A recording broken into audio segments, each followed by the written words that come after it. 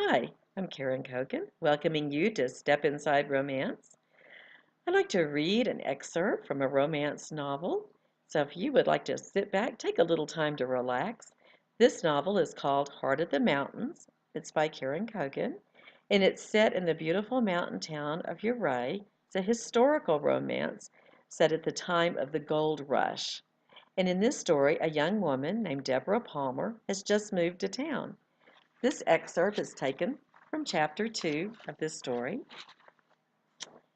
Deborah followed the path from the boarding house down to the street. It was springing to life with the coming and going of buggies, the shouts of children as they called to one another, and shopkeepers opening their doors. She passed a lovely Victorian house, painted blue, with a neat picket fence in the yard. She passed a dry goods store, where the wiry shopkeeper paused from sweeping his front step to give her a nod and a greeting. And at the corner of Fifth and Main, she stood gawking at the impressive Beaumont Hotel. Now that she was standing face to face with the incredible structure, she could understand why her aunt had laughed at the comparison to the boarding house. If the sign had not said that it was a hotel, she would have thought that it was a palace. It was great. Its graceful arched windows looked down on the street, while its towering steeples reached toward the clear blue sky. She was so entranced she could have stared at it for hours. Yet she remembered that she worked for her aunt now, and she was not on her own time. With a sigh, she turned away and prepared to cross the street.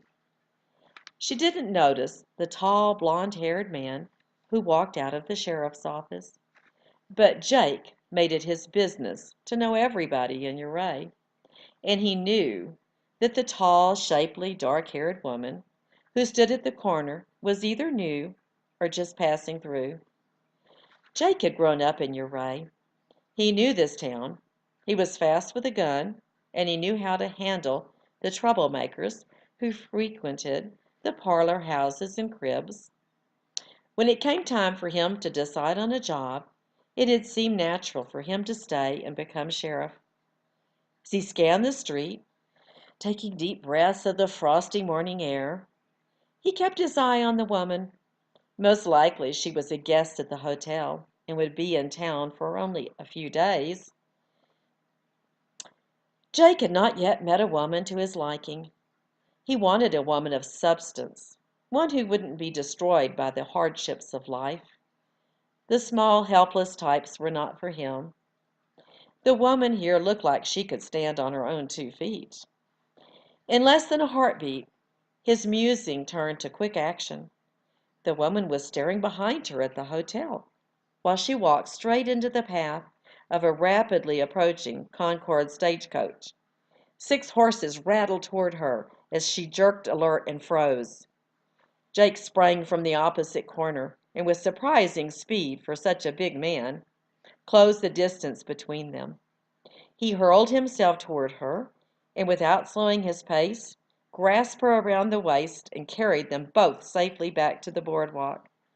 The stagecoach pounded past as Jake set her down. She stared up at him, eyes wide and startled.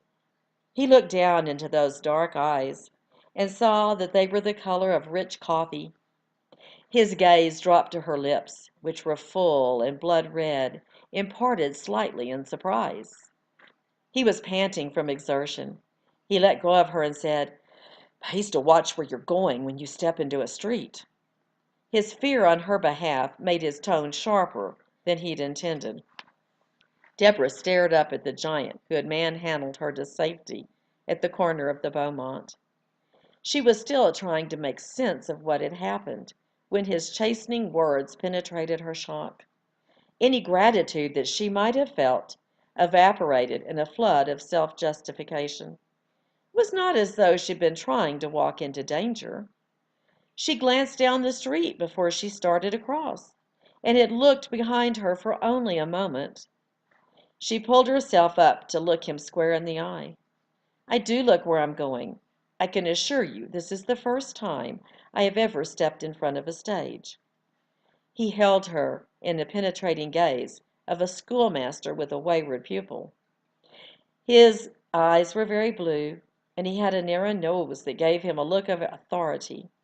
He had a firm chin with a cleft in the center, and short sandy hair that barely showed beneath his Stetson hat. For the first time, Deborah noticed the badge pinned to his chest.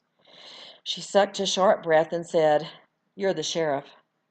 For a few fearful heartbeats, she wondered if he might arrest her. Then he smiled and said, "I am. Name's Jake Taylor." He quirked a sandy brow and asked, "Are you staying at the hotel?" "No, I'm living with my aunt." "Who would that be?" he asked.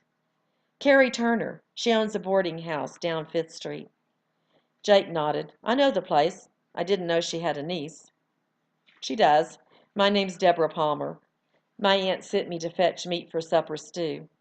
If I don't get on my way soon, she'll wonder what happened to me."